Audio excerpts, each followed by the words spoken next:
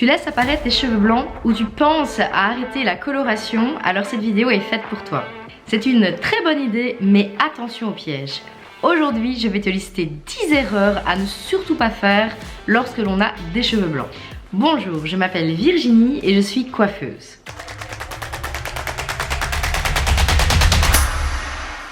Peu importe le niveau de cheveux blancs que tu as, je ne sais pas moi si on est entre 5 à 10%, 30%, plus de 50% de cheveux blancs sur l'ensemble de la tête, il faut savoir qu'il y a des choses à faire et à ne pas faire. Alors aujourd'hui, je vais te montrer les choses à ne pas faire et une solution pour pouvoir remplacer cela pour avoir un cheveu beaucoup plus doux, plus soyeux et plus brillant. L'erreur numéro 1, ça va être de ne pas les hydrater assez. Les cheveux blancs sont de manière générale plus secs, plus poreux et donc par conséquent, ils sont plus fragilisés.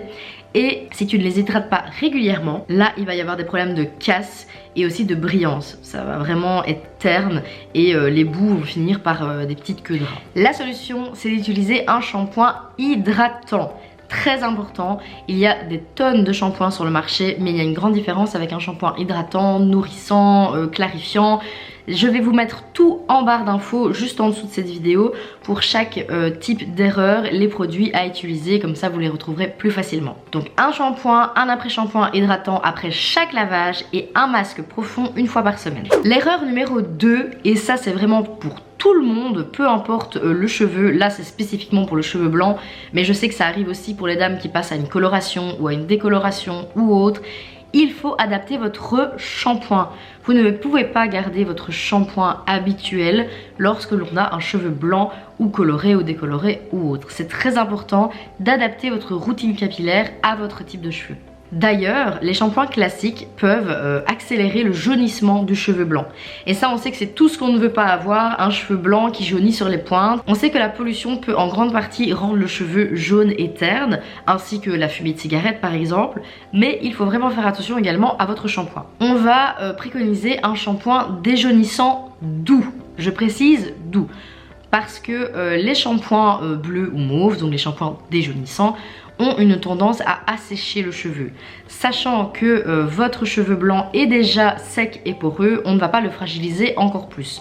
Donc trouvez un shampoing déjaunissant doux et il faudrait idéalement le faire une fois sur 2 ou une fois sur 3 en fonction du nombre de fois où vous lavez les cheveux par semaine. Il y a par exemple le shampoing L'Oréal Silver, le Fanola No Yellow Hair, mais encore une fois je vous mettrai tout dans la bio de cette vidéo. L'erreur numéro 3 est beaucoup trop souvent faite et je ne comprends pas pourquoi elle l'est encore. Je fais énormément de prévention là-dessus sur ma chaîne, je pense que c'est vraiment un des fils conducteurs, c'est le protecteur de chaleur, c'est la chaleur sur vos cheveux. Le sèche-cheveux, le fer à lisser, le boucleur, tout ce qui va être une source de chaleur à plus de 100 degrés sur vos cheveux, sachant que les sèche-cheveux sont entre les 200 220, les plaques on peut aller jusqu'à 240 250, il est nécessaire, voire vital pour votre cheveu d'utiliser un protecteur de chaleur. De plus, lorsqu'on a le cheveu blanc, c'est encore plus vital parce que un cheveu peut se brûler avec les plaques, mais un cheveu blanc va brûler 2 fois plus vite.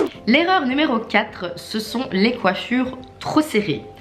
Alors cette erreur là, elle peut être faite à tout âge, mais on va dire que de base sur un cheveu, on va dire non coloré, sain, ça les casse déjà. Alors imaginez sur un cheveu qui aura été décoloré, coloré, un cheveu blanc, je pense que là on sait que c'est une très mauvaise idée. En plus, vous avez le cheveu fin, puisque vous avez le cheveu blanc.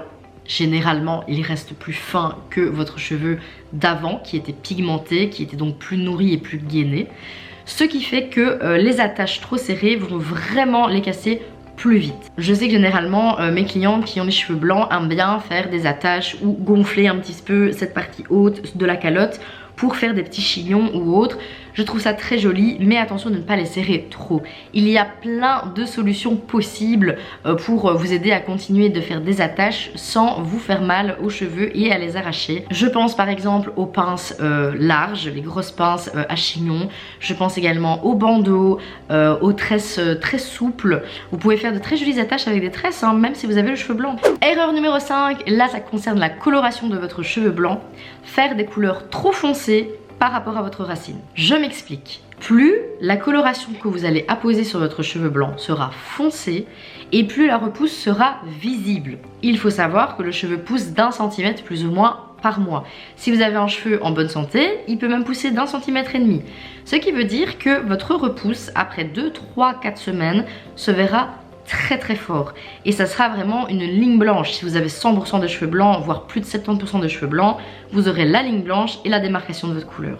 Donc le mieux, c'est vraiment de faire une teinte qui est plus claire, au plus proche du cheveu blanc. Si vous avez encore des cheveux clairsemés, parsemés, vous pouvez même vous aider en faisant des techniques de balayage, ce qui permettra une repousse beaucoup plus fluide et vous permettra d'espacer dans le temps la retouche de vos repousses. Maintenant, pour les cheveux 100% blancs, vous pouvez également essayer de faire des colorations ton sur ton.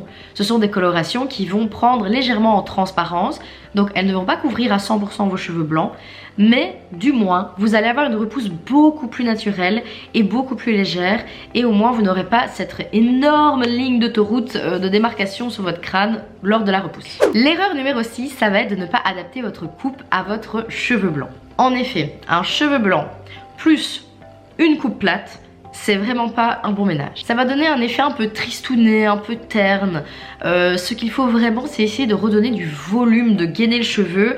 Et ça, les coupes courtes, les coupes dégradées, c'est vraiment l'idéal. Même un carré long, mi-long, flou dans le dégradé, c'est vraiment tendance. Ma petite astuce, ça va être aussi de rajouter des espèces de franges sur l'avant, soit des franges rideaux ou des franges de côté effilées pour pouvoir non seulement cacher la repousse en vous coiffant vers l'avant, mais également pour redonner une impression de masse, parce que généralement lorsqu'on se dégarnit ça va être plutôt sur le devant et non sur l'arrière, et au moins comme ça vous pouvez jouer en vous coiffant vers l'avant à redonner un espèce de volume fictif sur l'avant du visage. L'erreur numéro 7, on l'a fait tous, que ce soit avec des cheveux blancs quand ça arrive ou avant même lorsqu'on est blonde ou autre, c'est l'utilisation d'huile colorée. Vous allez me dire, mais comment une huile peut être colorée? Eh bien si vous êtes blonde ou si vous êtes blanche, par exemple, l'huile d'argan peut donner un reflet jaunâtre sur votre blond et ou sur votre cheveu blanc. J'en avais déjà parlé dans ma vidéo sur les huiles, je vous la mettrai en barre d'infos de cette vidéo. N'hésitez pas à aller la regarder pour plus d'informations là-dessus. Mais en attendant, moi ce que je vous recommanderais si vous souhaitez encore mettre de l'huile sur vos pointes, ce qui est une très bonne idée puisque votre cheveu étant asséché, l'huile va pouvoir permettre de sceller l'hydratation que l'on va mettre à l'intérieur.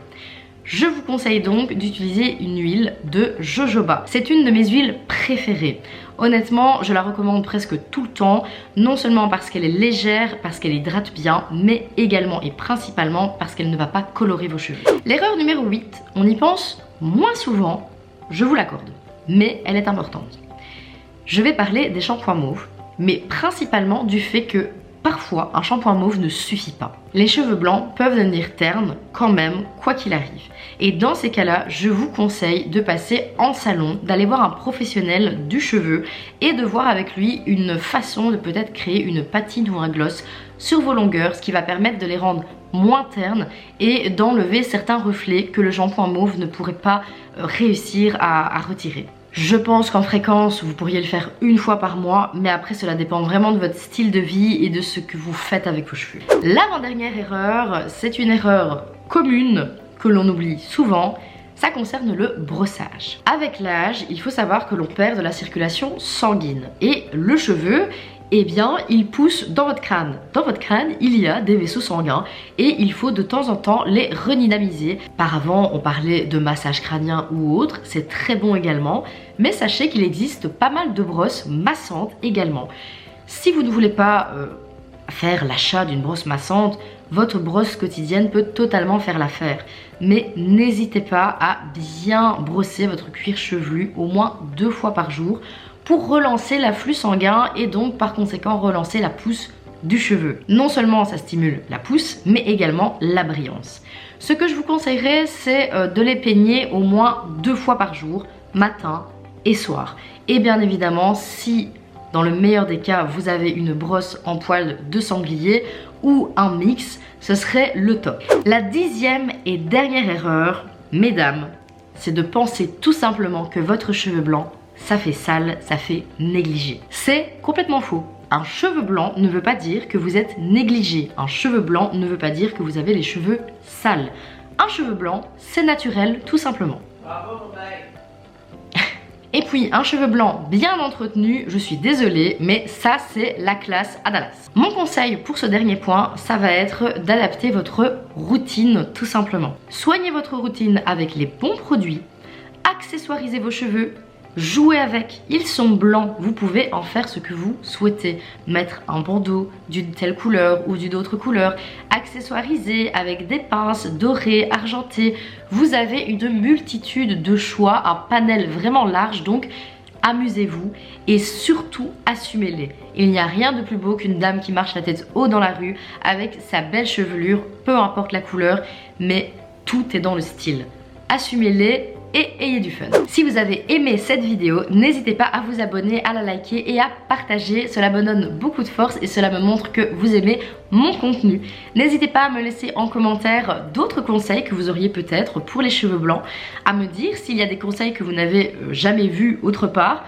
Parce que moi ça m'intéresse, au moins je sais si je fais bien mon travail ou pas. Je vous remercie énormément du soutien que vous me faites en ce moment sur la chaîne. On est plus de 700, j'aurais jamais imaginé ça à la base. Et maintenant je pense que ça fait presque un an que je suis sur YouTube, donc merci énormément à vous. Je vous donne rendez-vous la semaine prochaine pour une nouvelle vidéo et en attendant, prenez soin de vos cheveux.